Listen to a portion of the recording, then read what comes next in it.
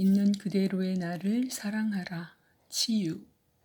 루이스 L. 헤이 지음, 박정길 옮김, 나들목 편엠. 루이스 L. 헤이, 영성과 자기계발 분야의 세계적인 베스트셀러 작가이며 미국의 대표적인 형이상학 강연자이자 교사, 헤이하우스 설립자이자 회장, 불행했던 어린 시절을 극복, 자기 자신을 사랑하고 인정함으로써 암이 완치되는 경험을 통해 자기 용서와 사랑, 감사가 가장 큰 진리임을 깨달았다. 치유, 있는 그대로의 나를 사랑하라를 비롯하여 여러 권의 책과 오디오북을 펴냈으며 그녀의 저작물은 전 세계 35개국에서 번역되어 수천만 명의 사람들에게 사랑받고 있다. 사람들이 스스로 성장하고 상처를 치유할 수 있게 하기 위해 잠재력을 발견하고 사용하도록 돕고 있다. 이 책은 제가 발병한 후에 얼마 안 됐을 때 산 책인데요. 가장 큰 관심은 이분이 제가 알기로 자궁암이셨는데 수술을 하지 않고 암을 완치하고 아주 행복하게 건강하게 90세까지 제가 사신 걸로 알고 있는데 정확한지 모르겠습니다. 그때 당시에 저는 어떻게 그렇게 자연 치유만을 통해서 암이 완치될 수 있을까에 대해서 너무 큰 관심이 갔었고요. 그래서 무작정 이 책을 샀습니다. 그래서 읽기 시작했는데 신앙적인 면에서 좀 깊이 들어가면 제 입장에서 다 동의할 수 없는 부분들이 없진 않은데 그러나 삶의 다양성을 탐구하고 경험해 본다는 의미로 이 책을 여러분과도 함께 읽어보기로 하겠습니다. 루이스 헤이 여사가 어떤 입장에서 어떤 마음으로 이 책을 썼는지에 대해서 머리글에서 독자들에게 남긴 글이 있어서 먼저 읽어볼게요. 사랑하는 독자들에게 이 책을 쓴 이유는 내가 주로 강연회에서 전달하는 내용을 독자 여러분과 함께 나누고 싶었기 때문이다. 예전에 나는 당신의 몸을 치유하라 라는 책에서 몸에 이상 징후를 일으키는 정신적 유형에 대해서 썼고 그 책에 실린 연구 결과로 널리 인정을 받았다. 그 뒤로 나는 나의 지식을 더 나누어 주기를 바라는 독자들의 요청이 담긴 편지를 계속해서 받았다. 그래서 나의 고객과 강연회에 참가한 분들의 부탁으로 이 책을 쓰게 되었다. 이 책은 내가 고객과 1대1로 만날 때나 강연회에서 청중을 대할 때와 같은 방식으로 씌워졌다. 만약 여러분이 이 책에 나와 있는 대로 한다면 아마도 이 책을 다 읽어갈 즈음에는 여러분의 인생이 바뀌어 있을 것이다. 그러니 처음엔 일단 이 책을 끝까지 한번 읽고 그 다음에 천천히 다시 한번 읽어주었으면 한다. 두 번째 읽을 때는 책에 나와 있는 훈련법을 그대로 실천해야 한다. 무엇보다도 훈련에 필요한 시간을 확보하는 것이 중요하다. 가능하다면 친구나 가족 중의 한 명과 책에 나와 있는 훈련을 같이 하는 것이 좋다. 이 책의 각 장은 확신을 주는 문장으로 시작한다. 그 내용을 여러분의 삶의 영역에서 활용하는 것이 좋을 것이다. 각 장마다 2, 3일의 시간을 들여 꼼꼼히 읽고 생각해보자.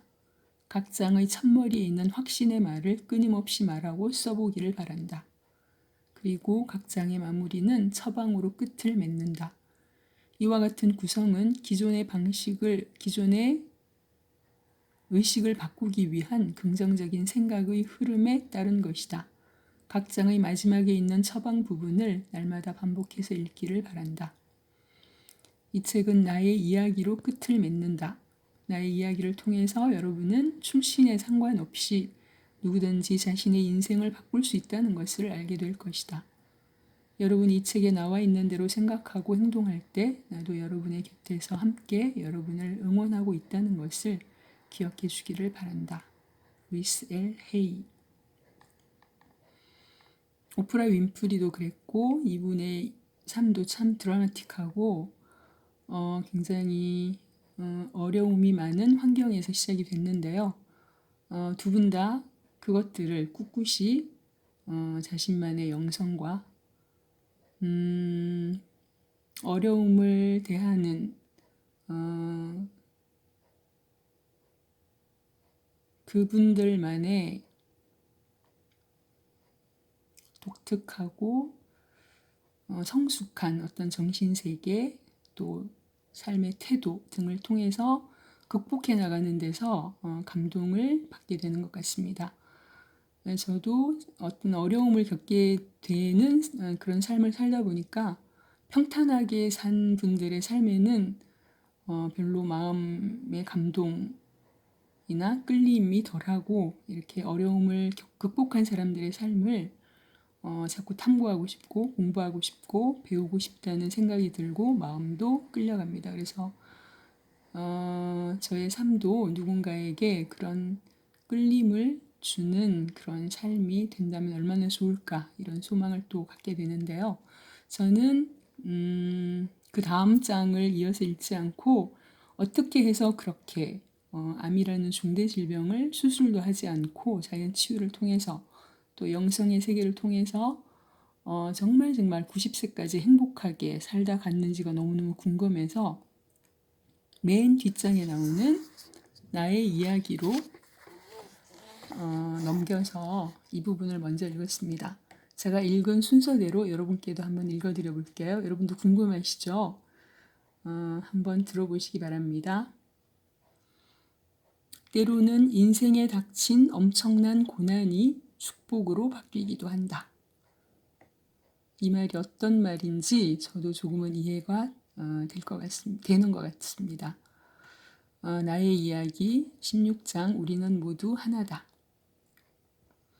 당신의 어린 시절에 대해서 간략하게 말씀해 주시겠어요? 이 질문은 내가 그동안 많은 고객에게 했던 것이다. 어린 시절의 이야기를 구구절절히 듣고 싶어서가 아니라 상대가 어떤 패턴을 갖고 있는지 알기 위해서다.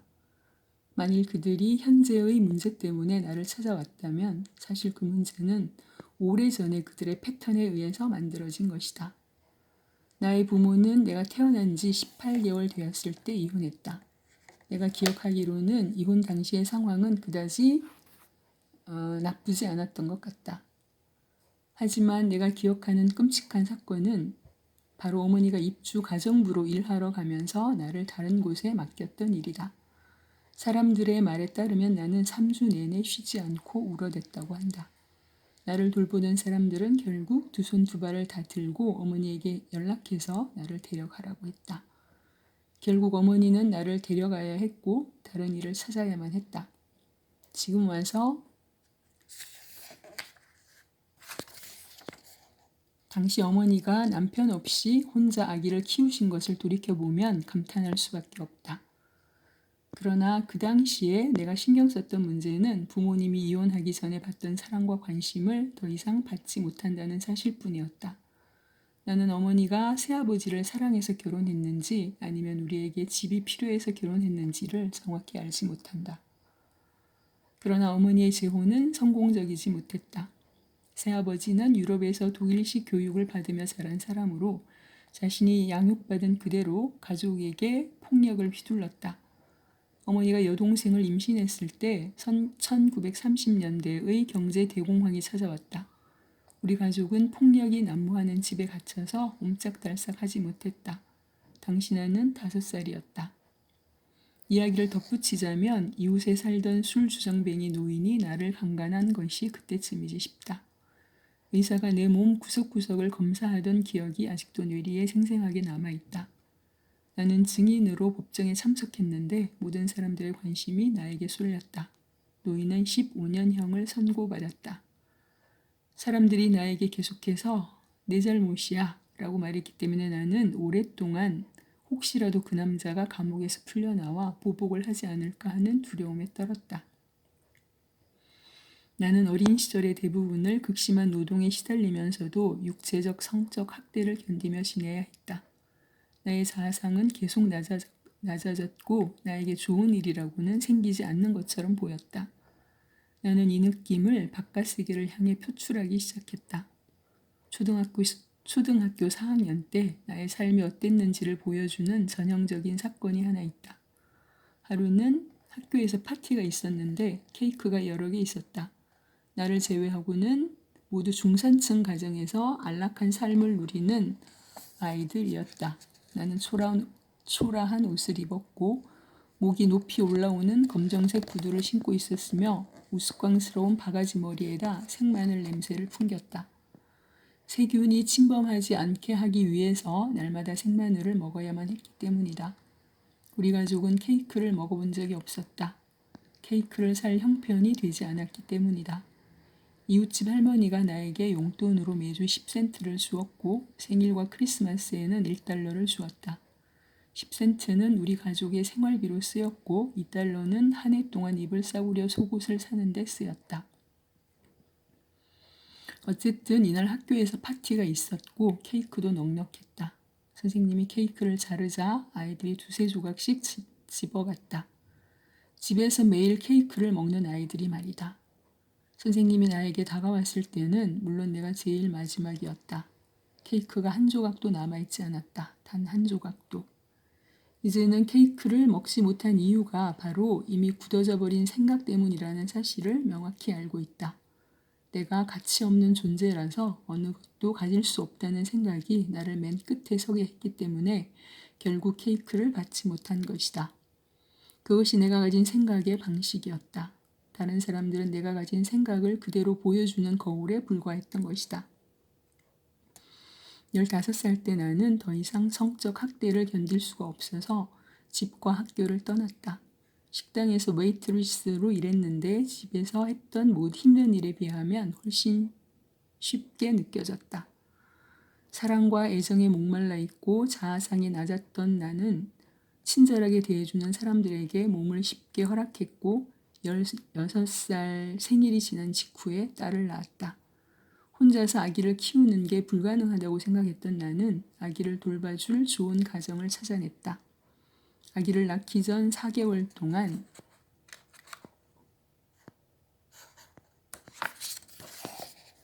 오랫동안 아기를 바라던 불임 부부의 집에서 같이 살았다. 아기를 낳기 위해 병원에 갔을 때부터 아기의 이름에는 그 부부의 성이 붙게 되었다.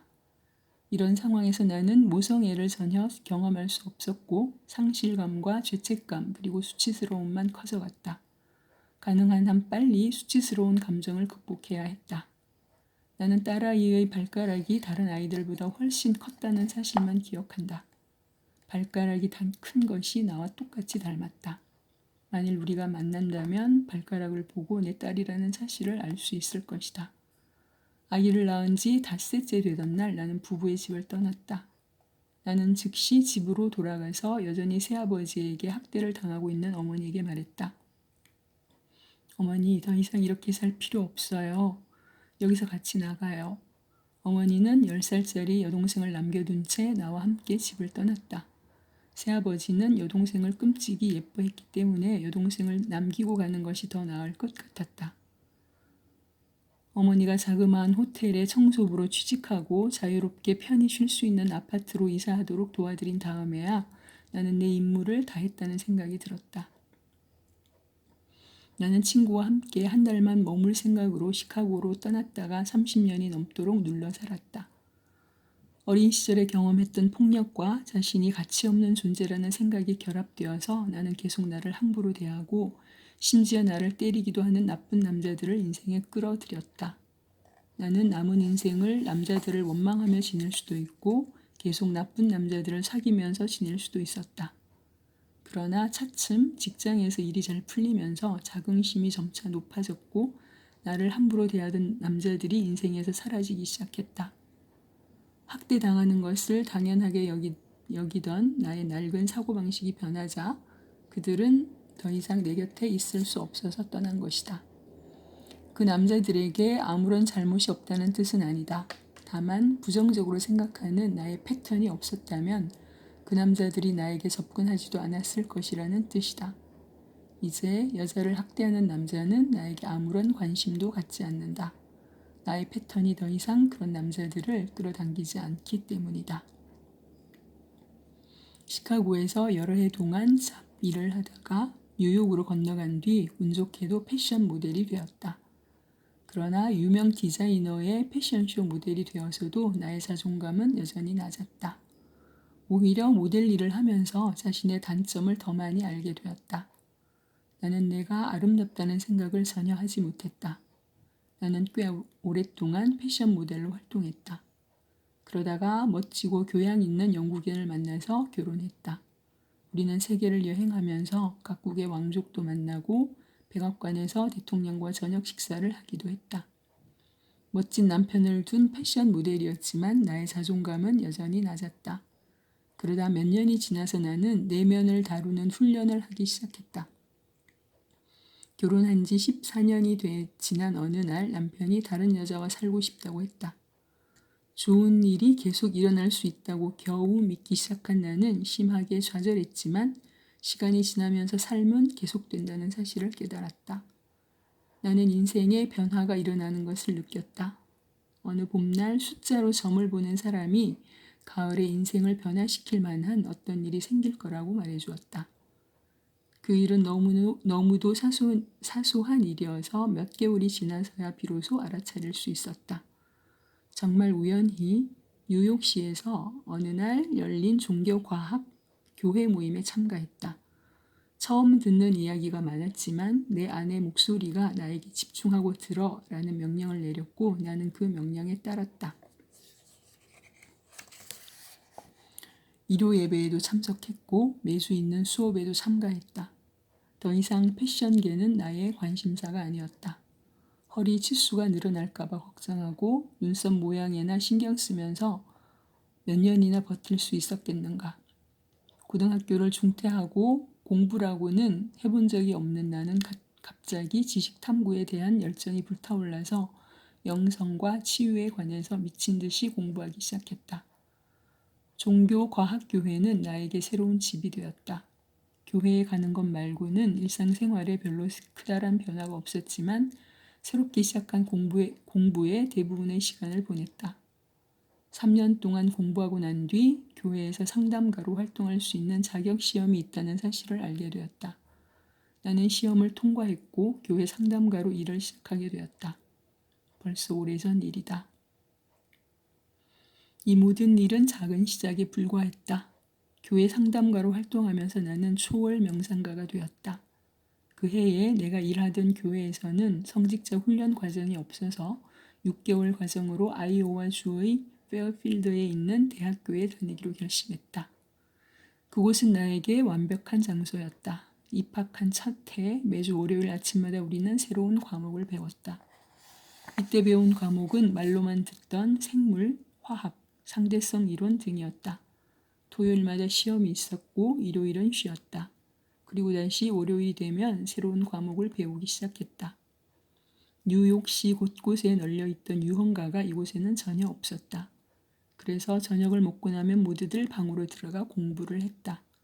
나는 학생 중에서 가장 나이가 많았지만 학창시절을 만끽했다. 흡연과 음주, 마약은 철저히 금지되었고 하루에 4번씩 명상을 했다. 학교를 떠나서 공항에 들어섰을 때 나는 담배 연기 때문에 질식할 뻔했다. 뉴욕으로 돌아와서 나는 그전의 삶을 계속 이어갔다. 곧 교회에서 성직자 훈련 과정을 받기 시작했다. 나는 교회 일에 적극적이었고 사회 봉사 활동도 열심히 했다. 오후 모임에서 연설을 하고 상담받으러 온 사람들을 만났다. 곧 하루 종일 상담하는 일이 직업이 되었다. 상담을 하면서 떠오른 영감을 정리한 책이 당신의 몸을 치유하라인데 처음에는 단순히 영적 발병 이유를 적은 목록이었다. 머지않아 나는 전국을 돌아다니며 강의를 하게 되었고 대학 강단에도 서게 되었다. 그러던 어느 날 나는 암 진단을 받았다. 5살 때 강간당하고 힘든 어린 시절을 보낸 내가 생식기 주위에 암이 생긴 것은 어찌 보면 당연한 결과였다. 암 선고를 받은 다른 환자와 마찬가지로 나는 완전히 공포에 질렸다. 그러나 상담가로 활동하면서 정신적인 치유가 병을 낫게 하는데 효과가 있다는 사실을 잘 알고 있었기 때문에 이 기회에 정신적인 치유의 놀라운 효과를 내가 증명해 보일 수도 있겠다는 생각을 했다. 결국 나는 정신적인 패턴에 관한 책을 썼고 암의 원인이 오랫동안 억눌러 온 분노가 온몸을 잠식해버렸기 때문이라는 사실을 알게 되었다. 나는 어린 시절의 그 사람들에 대한 분노를 풀지 않고 버티고 있었다. 이제 나에게 주어진 시간은 얼마 없었고 할 일은 많았다. 치료 불가라는 단어는 많은 사람을 겁먹게 한다. 그러나 나는 이 단어가 외부 요인으로는 치료할 수 없으므로 내부에서 치료법을 찾아야만 한다는 뜻이라고 생각한다. 만약 내가 암을 제거하기 위해서 수술을 하고도 여전히 암의 원인이 된 정신 유형을 바꾸지 않는다면 자꾸 암이 재발해서 의사들이 내 몸을 완전히 조각내어야 했을 것이다. 나는 절대로 그런 일이 벌어지게 하고 싶지 않았다. 만약 내가 암세포를 제거하는 수술도 하고 그 원인이 된 정신적인 유형도 없앤다면 다시는 암이 재발하지 않을 것이다. 만약 암을 비롯하여 병이 재발한다면 그 이유는 의사가 완전히 제거하지 않아서가 아니라 환자가 정신적으로 변화하지 않았기 때문이다. 그래서 환자는 계속 같은 병에 걸리는 것이다. 다만 발병하는 신체의 부위만 달라질 것이다. 또한 나는 우리가 암을 일으키는 정신적인 유형만 깨끗이 없앤다면 수술을 하지 않고도 암에서 벗어날 수 있다고 생각한다. 내가 수술받을 돈이 없다고 했을 때 의사들은 마지못해서 3개월의 말미를 주었다. 나는 곧바로 스스로 몸을 치유하기 시작했다. 치유 과정에 도움이 될 만한 방법을 찾기 위해 온갖 책을 탐독하며 연구하기 시작했다. 여러 식료품 가게를 돌며 암과 관련된 책을 모조리 샀고 도서관에 가서 암에 관련된 책을 더 찾아서 읽었다. 발 마사지와 장세척을 하면서 암을 치료하는 데 도움이 될 것이라고 생각했다. 운이 좋게도 나는 도움이 되는 사람을 많이 만날 수 있었다. 발반사법에 관한 책을 읽은 후 발반사법 치료사를 찾고 싶은 마음이 간절해졌다.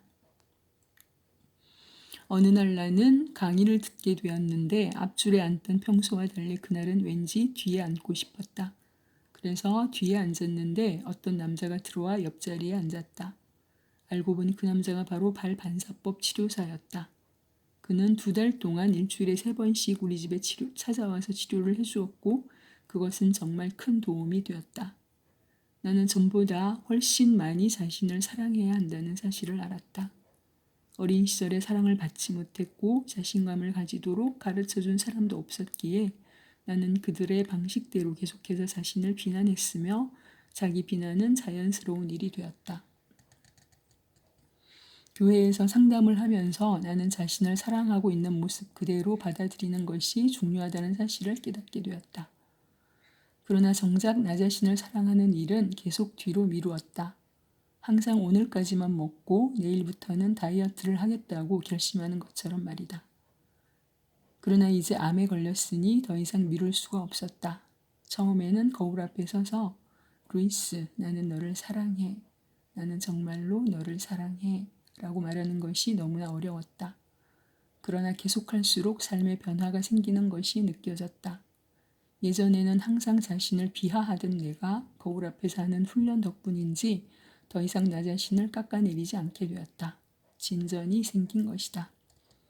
나는 어린 시절부터 품어왔던 분노의 감정을 깨끗이 정리해야 했다. 더 이상 다른 사람을 비난하지 말아야 했다. 내가 어렸을 때 정신적으로, 신체적으로, 성적으로 심한 학대를 받은 것은 사실이다. 그러나 그것은 모두 오래전 일이므로 현재 내가 자신을 학대하는 것에 대한 변명거리가 되지 못한다. 암세포가 내 몸을 갉아먹는 이유는 스스로를 용서하지 않았기 때문이다. 나에게 일어난 사건 자체를 볼 것이 아니라 어떤 종류의 경험 때문에 어린아이를 학대하는 어른이 되는지를 이해할 때가 되었던 것이다. 나는 뛰어난 심리치료사의 도움을 받아서 그동안 눌러왔던 어린 시절에 대한 분노를 모두 표출했다. 베개를 때리고 큰 소리로 고함을 지르면서 말이다.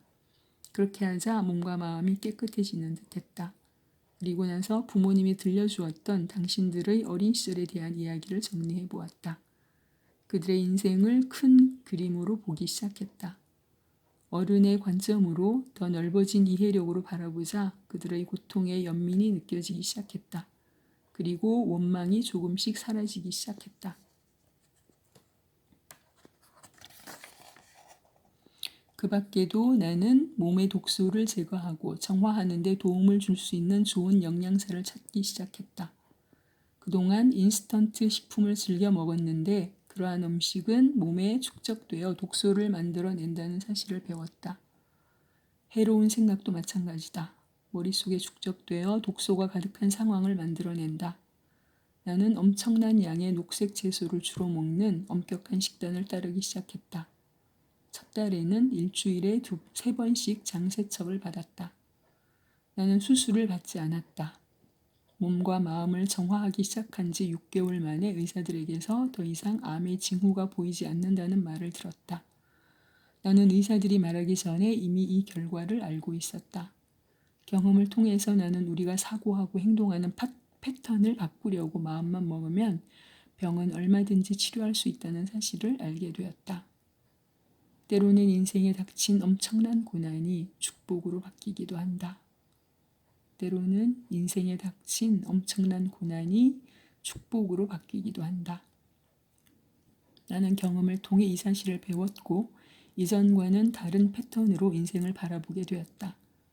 나에게 정말 중요한 것이 무엇인지를 생각하기 시작했고 마침내 나무를 찾아보기 힘들고 날씨가 좋지 않은 뉴욕을 떠나기로 결심했다. 고객 중 몇은 당신이 떠나면 내가 죽을지도 몰라요 하고 매달렸지만 나는 1년에 2번씩 그들의 상태를 확인하러 뉴욕에 올 것이고 언제든지 전화통화를 할 수 있다고 설득했다. 마침내 나는 뉴욕에서의 사업을 접고 로스앤젤레스를 변화의 시작점으로 삼기로 결심한 뒤 유유히 캘리포니아로 떠났다. 나는 캘리포니아에서 태어났지만 어머니와 여동생을 빼고는 이곳에 아는 사람이 거의 없었다. 두 사람은 시내 중심가에서 1시간 정도 떨어져 있는 교외에 살고 있었다. 우리 가족은 한 번도 가깝게 지낸 적이 없었지만 어머니가 몇 년 전부터 앞이 보이지 않았고 아무도 나에게 그 사실을 알리려 하지 않았다는 사실을 알고는 적잖이 놀랐다. 여동생은 너무 바빠서 나를 만나러 올 수 없다고 했고 나는 별로 신경 쓰지 않았다. 대신 새로운 인생을 시작하는 일에 집중했다.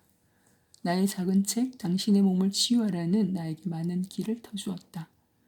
나는 뉴에이지 모임에 빠짐없이 참가해서 나 자신을 소개하고 적절한 때를 봐서 내가 쓴 책을 내밀었다. 처음 6개월 동안은 바닷가에 자주 갔다. 바빠지면 해변을 한가하게 거닐 수 있는 기회가 줄어들 거라는 사실을 잘 알고 있었기 때문이다. 점차 상담 고객이 늘어났고 여기저기에 강연자로 참석할 기회도 생겼다. 모든 일이 척척 진행되어 로스앤젤레스가 나를 환영하는 것처럼 보였다. 몇 년이 채 지나지 않아서 나는 마음에 쏙 드는 집으로 이사를 갈 수 있게 되었다. 로스앤젤레스에서 시작한 나의 새로운 삶의 방식은 의식적인 측면에서 보면 어린 시절로부터의 크나큰 도약이었다. 모든 일은 순조롭게 진행되었다. 얼마나 순식간에 인생이 완전히 바뀌어버리는지 놀랄 지경이었다. 어느 날 밤 여동생에게서 전화가 왔다. 2년 만에 받은 전화였다. 그녀는 이제 90세가 된 눈멀고 귀도 먼 어머니가 넘어져서 허리를 다치셨다고 했다. 한순간에 어머니는 강하고 독립적인 여성에서 고통스러워하는 무기력한 어린아이로 변해버렸다. 어머니의 허리가 부러지면서 내 여동생을 둘러싸고 있던 비밀의 벽도 부서졌다. 마침내 우리 세 사람은 대화를 하기 시작했다. 나는 여동생도 어머니와 마찬가지로 허리가 좋지 않다는 사실을 발견했다. 그녀는 앉아있거나 걸을 때조차 고통스러울 정도로 허리가 아팠다. 그녀는 아프다는 사실을 누구에게도 말하지 않았으며 거식증에 걸려 있었다. 하지만 그녀의 남편은 그녀가 아프다는 사실조차 모르고 있었다. 병원에서 한 달간 입원 치료를 받자 어머니는 퇴원할 수 있을 정도로 몸이 회복되었다. 하지만 혼자서 지낼 수 있을 정도는 아니어서 나와 함께 살게 되었다. 인생의 진행 과정에 대한 신뢰가 있었지만 이 상황을 어떻게 처리해야 할지 몰라서 신에게 기도했다. 좋아요. 제가 어머니를 돌보겠어요. 하지만 하나님께서 도와주셔야 해요. 특히 재정적으로 말이에요. 어머니와 나 둘 다 서로에게 적응해야 했다. 어머니는 토요일에 우리 집에 도착했고 그 다음 주 금요일에 나는 나흘간 샌프란시스코로 출장을 떠나게 되었다. 어머니를 집에 혼자 둘 수 없었지만 출장을 포기할 수도 없었다. 그래서 이렇게 기도했다. 하나님, 이 문제를 해결해 주세요. 출장을 가기 전에 어머니를 돌봐줄 사람을 구해야 해요. 목요일에 딱 맞는 사람이 나타나 우리와 같이 살면서 어머니와 나를 도와주기로 했다. 나의 기본적인 믿음 가운데 하나가 또다시 증명된 것이다. 내가 알아야 할 사실은 다 눈앞에 펼쳐져 있으며 내가 필요로 하는 모든 것은 신이 정해주신 순서에 따라 내게로 온다. 나는 또 하나의 교훈을 얻었다. 어린 시절에 쓰레기를 깨끗이 처리할 수 있는 기회가 온 것이다. 어머니는 내가 어린아이였을 때 나를 보호해 주지 못했다. 그러나 나는 지금 어머니를 보살펴 드릴 수 있다. 어머니와 여동생의 관계도 새로운 국면을 맞게 되었다. 여동생에게 필요한 도움의 손길을 내미는 것은 정말이지 하나의 도전이었다. 내가 수십 년 전에 어머니를 구출하고 난 뒤 새아버지가 여동생에게 화풀이를 해댔기에 성격이 비뚤어져 있었던 것이다. 나는 동생이 아버지에게 맞아서 생긴 몸의 상처가 공포와 긴장감 그리고 자신을 도와줄 사람은 아무도 없다는 생각과 결합되어서 엄청난 상처를 그녀에게 안겨주었다는 사실을 알게 되었다. 이제 그녀를 구출하려는 게 아니라 단지 그녀의 인생이 다른 방향으로 향해 갈 수 있도록 선택할 수 있는 기회를 주고 싶었다. 시작은 쉽지 않았다. 그리고 지금도 여전히 그녀를 돕기 위한 과정이 진행 중이다. 우리는 다양한 치유의 과정을 밟고 있으며 여동생은 내가 제공한 안전한 환경에서 더딘 진전을 보이고 있다. 어머니는 여동생과는 달리 빠른 진전을 보이고 있다. 어머니는 하루에 4차례나 운동을 하며 몸이 튼튼하고 유연해졌다. 내가 보청기를 해드리자 소리를 듣게 된 어머니는 삶의 흥미를 되찾았다. 어머니의 종교관에는 위배되지만 백내장 수술도 받게 했다. 곧 어머니는 다시 눈으로 세상을 바라볼 수 있게 되었으며 이를 지켜보는 우리는 매우 기뻤다. 어머니는 다시 책을 읽게 되었다며 무척이나 행복해 하셨다. 어머니와 나는 이제 시간을 내어 서로 앉아서 이야기를 나누기 시작했다. 예전에는 한 번도 해본 적이 없는 일이었다. 대화를 통해서 서로를 새롭게 이해하게 되었다. 이제 우리는 함께 울고 웃으며 서로를 껴안게 되었다. 때때로 어머니는 내 과거의 상처를 끄집어내시는데 그럴 때면 나는 아직도 버려야 할 것이 더 있다는 사실을 알게 된다. 어머니는 몇 년 전 평화롭게 세상을 떠나셨다. 나는 어머니가 그립고 여전히 어머니를 사랑한다. 우리는 함께 할 수 있는 일을 모두 다 이루었으며 이제 우리 두 사람은 자유롭다. 오늘은 여기까지 읽겠습니다. 시간이 다 되어서요. 함께 해주셔서 감사합니다.